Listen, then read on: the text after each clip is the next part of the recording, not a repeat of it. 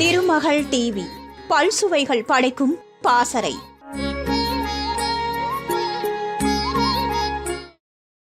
தமிழ், தெலுங்கு, கன்னடம் ஆகிய தென்னிந்திய மொழிகளில் சுமார் 120க்கும் மேற்பட்ட படங்களில் நடித்து பிரபலமானவர் ஜெயலலிதா. தன்னுடைய கல்லூரி படிப்பை முடிக்க வேண்டும் என ஆசைப்பட்ட ஜெயலலிதாவுக்கு அந்த கனவு மட்டும் நிறைவேறாமல் போனது.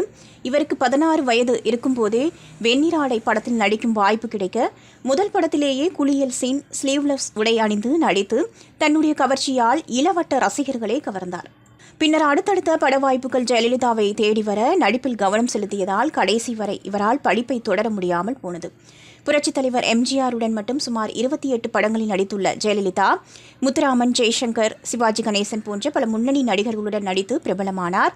ஒரு கட்டத்தில் சினிமாவை விட்டு இவர் அரசியலில் கவனம் செலுத்த துவங்கிய போது சிலர் ஜெயலலிதாவுக்கு பட வாய்ப்பு கிடைக்காமல் தான் அரசியலில் நுழைந்தார் என பேசினார். இதனையே கேள்வியாக கேட்டு ஒரு ரசிகர் கடிதம் எழுத அதற்கு பதிலளித்த ஜெயலலிதா, அரசியலில் நுழைந்தால் மக்கள் பணிக்கு மாறிவிட வேண்டும். தனக்கு பட வாய்ப்புகள் கிடைக்காமல் இல்லை, ரஜினியின் பில்லா பட வாய்ப்பை நிராகரித்ததாக பதில் அளித்திருந்தார்.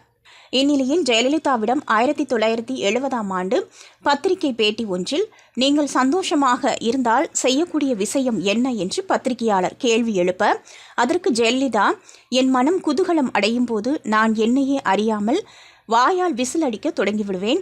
இந்த பழக்கத்தை விட்டொழிக்க நான் பலமுறை நினைத்ததுண்டு, ஆனால் முடியவில்லை.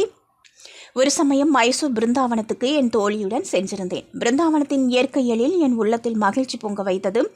என்னையும் அறியாமல் விசில் அடிக்க தொடங்கிவிட்டேன். அப்படியே விசில் அடித்துக்கொண்டே எவ்வளவு தூரம் நடந்திருப்பேனோ தெரியவில்லை.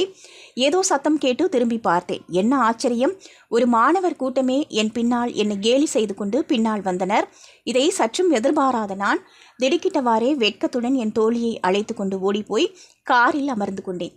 இதை இன்று நினைத்தால் வெட்கமாகத்தான் இருக்கிறது என்று பதிலளித்துள்ளார். திருமகள் டிவியை லைக் செய்து உங்கள் நண்பர்களுக்கும் ஷேர் செய்வதுடன் சப்ஸ்கிரைப் செய்து ஆதரவு தாருங்கள்.